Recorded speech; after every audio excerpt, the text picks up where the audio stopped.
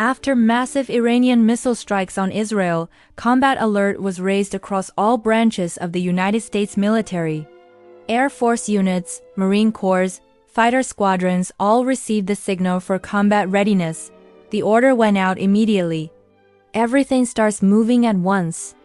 Marines were transported from their barracks to the airfield by bus. Upon arrival, they began loading into a C-17 Globemaster III, waiting on the tarmac with its rear ramp down. At the same time, cargo handlers were bringing in additional equipment on forklifts and flatbed carts, portable generators, ammunition crates, communications gear, medical supplies. Everything was strapped down inside the cargo bay alongside the Marines. This aircraft was scheduled to make one stop at another military base to pick up more personnel and equipment before heading to the Middle East with a full load. At a nearby base, several more C-7 South were already being loaded. Cargo handlers drove armored vehicles up the ramps, tactical buggies, armored trucks, MRAPs, and other combat vehicles. At a separate airfield, mechanics were preparing fighter jets that would be used over the coming days for sustained strikes on enemy military targets. Every aircraft got a full inspection. Avionics checked, radar systems tested, wiring and electronics gone over panel by panel. Missiles and guided bombs were loaded onto the pylons, engine covers were removed, intakes inspected, fuel systems checked. These fighters needed to be in perfect condition for continuous combat sorties over the next several days. Meanwhile, at another location on the base, soldiers were in the hangar going through their personal gear. They packed their duffel bags and rucksacks with everything they would need for an indefinite deployment. Uniforms, boots, hygiene kits, personal items, all packed and ready. These soldiers were not going on a short rotation. They were being sent to a military base in the Middle East for an unknown period of time. Nobody had a return date. At dusk, the order came to prepare for boarding. The soldiers formed up in columns outside the hangar and began marching toward their assigned aircraft. They walked up the ramps and took their seats inside the C-7 South. Heat. Loadmasters did final checks on cargo and head counts. The ramps closed. One by one, the aircraft taxied to the runway and took off, disappearing into the darkening sky. Heat. Upon arrival in the Middle East, the C-17Es landed, and the unloading began immediately. Ramps dropped. Soldiers filed out.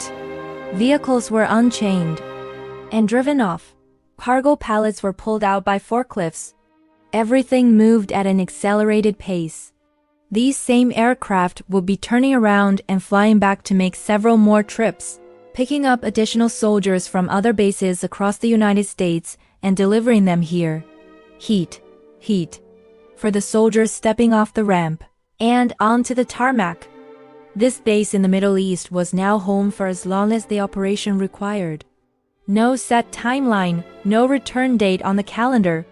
They grabbed their bags, followed the directions from base personnel, and headed toward their assigned quarters. The buildup was underway, and more flights were already inbound. On the airfield, the maintenance crews work around the clock preparing fighters for combat sorties. The aircraft are parked in rows on the apron, some under open sky, some pulled into hardened shelters. Fuel trucks pull up alongside each aircraft. A mechanic connects the single-point refueling nozzle to the port on the fuselage and starts pumping JPA kerosene into the tanks. The fuel flow is monitored on the truck's gauge panel. Once the tank's read full, the hose is disconnected, the cap is sealed, and the truck moves to the next jet. Weapons teams bring ordnance on loading carts.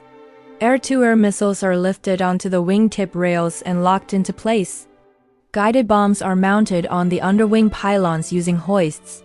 Each weapon is connected to the aircraft's electronics. The wiring harness is plugged in, the data link confirmed, the arming pins inserted with red flags hanging from them. The pins stay in until the aircraft is ready to taxi. Every weapon gets a visual inspection after mounting. The team checks the mounting lugs, the release mechanism, and the alignment on the pylon. The process repeats for every fighter on the line. One aircraft after another goes through the same sequence. Fuel, weapons, airframe, avionics, flight controls, engines.